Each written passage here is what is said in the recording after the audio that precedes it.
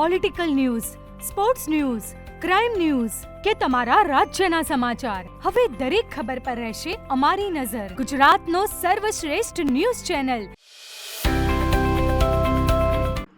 પાટણ જિલ્લાના વઢિયાર પંથક માટે ગૌરવની ક્ષણ સર્જાઈ છે. વઢિયાર પંથકના છેવાડાના ગામોમાં દીકરા દીકરીઓને શિક્ષણના પ્રવાહ સાથે જોડી શિક્ષણ ક્ષેત્રે ક્રાંતિ લાવનાર જિજ્ઞાબેન શેઠને સરદાર વલ્લભભાઈ પટેલ નેશનલ ગાર્ડ એવોર્ડથી સન્માનિત કરવામાં આવ્યા છે.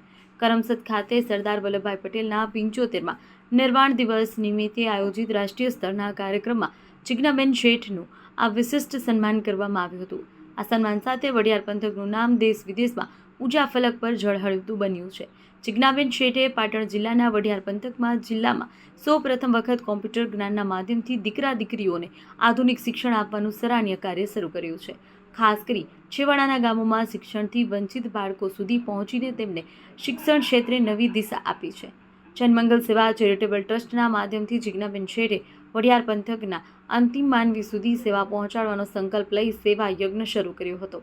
શિક્ષણ, સામાજિક જાગૃતિ અને માનવ સેવાના વિવિધ કાર્યો દ્વારા તેમણે સમાજમાં મહત્વપૂર્ણ પરિવર્તન લાવ્યું છે.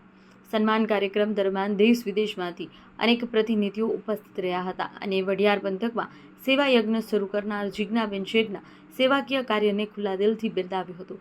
તેમના કાર્યને પ્રેરણાદાયક ગણાવી અન્ય વિસ્તારોમાં પણ આવી સેવાકીય પ્રવૃત્તિ શરૂ કરવાની અપીલ કરવામાં આવી છે. ઉલ્લેખનીય છે કે જિજ્ઞાબેન શેઠને અગાઉ પણ દેશ વિદેશમાં અનેક સંસ્થાઓ દ્વારા વિવિધ એવોર્ડથી સન્માનિત કરવામાં આવ્યા છે.